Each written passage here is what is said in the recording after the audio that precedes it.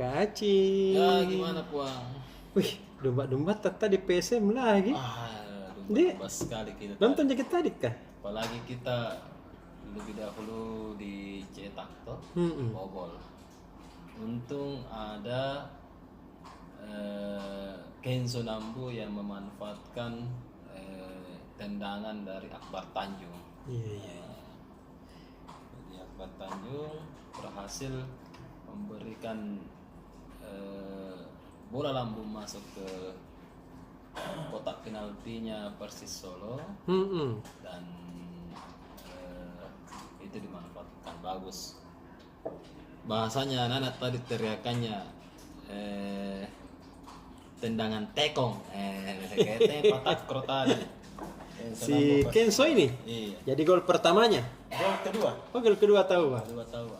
Kemarin kan waktu lawan Persija. Iya, tahu. Di Nah, sama juga posisinya ini kemarin.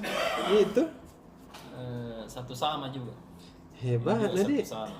Dan ini juga semakin memperpanjang tren positif dari PSM dengan 10 pertandingan tanpa terkalahkan. 7 kemenangan, 3 kali seri. Iya, iya. 4 kali seri. Seri di 4 kali seri 6 kemenangan. Persija seri, kemudian Persik seri 0-0, Dewa United seri dan terakhir Persis Solo seri. Wah, seri terus nih. Dan di 3 pertandingan terakhir memang ini di laga tandang ini kita seri terus. Nah, nampaknya sudah gregetan nih pemain-pemain PSM untuk bisa merebut kembali kemenangan. Nah, hasil seri ini juga karena tidak ada Fluim Puang. Kita bahas di dalam Anu PSM. tong kalau tidak ada tong fluim Tidak ada di. Fluim. Nah, jadi tadi sudah ada teman-teman wartawan di lapangan, reporter sudah bertanya kepada supporter.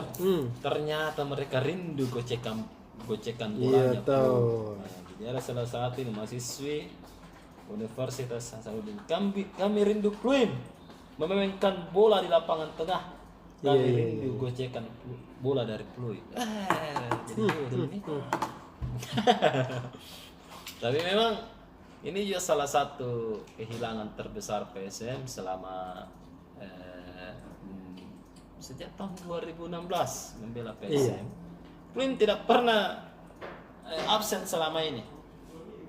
Nah, ini yang menjadi konsen teman-teman. Tapi bagusnya selama Fluim juga tidak ada, kita bisa berhasil merebut kemenangan dan tetap mempertahankan rekor tidak terkalahkan. Iya, tahu. Jadi 18 klub di Liga 1 hingga pekan Ke-11. 11 ini hanya PSM yang tidak pernah terkalahkan. Dan ini selalu tadi digaung dan diraungkan, digaung dan diraungkan oleh komentator. Yes. Jadi beberapa kali memang kayaknya itu semacam tantangan untuk semua klub ya. Jadi siapapun yang menghadapi PSM, tantangannya itulah bagaimana dikalahkan PSM. Tapi tidak pernah juga, baik dari tim papan atas, tengah maupun papan bawah. Ini yang menarik dari PSM dan kita terus tunggu aksi-aksi selanjutnya. Tapi Fluim, kita fokus dulu ke Fluim. Fluim ini akan bermain di laga tandang saat menghadapi Barito. Jadi akan main dulu di tanggal 3 Oktober karena itu laga tunda, artinya tidak masuk hitungan. Fluim sudah menjalani hukuman 3 kali, sisa 2 kali nih. Ketika PSM melawan Persikabo, kemudian saat menghadapi juga Persita Tangerang. Nanti baru main di tanggal 21 Oktober saat menghadapi Bayangkara FC. Jadi masih ada sekitar 2 pertandingan lagi, tapi Fluim akan main nanti di tanggal 3 ini. Kita tunggu apakah PSM mampu kembali merebut kemenangan dan menggeser Madura United Iya. puncak klasemen. Nah, Beda berapa Ki? sekarang kita masih di posisi kedua. Dan Yang puncak klasemen beda berapa anunya? beda satu, Wih. 23, 22 lagi. Ya, kita tunggu saja. Apa namanya? Aksi-aksi dari pertandingan itu 23, 22. Andaikan tadi kita menang, waduh, Iya. langsung naik 1 ya 24 menjadi puncak klasemen. Tapi ya nyatanya kita seri lagi nih. Nah, dan ini sudah poin penuh ini karena ini belum main semua tim-tim yang lain ya. Kita lihat saja. Seperti Bali, Persija, Borneo itu belum main di pekan ke-11 ini.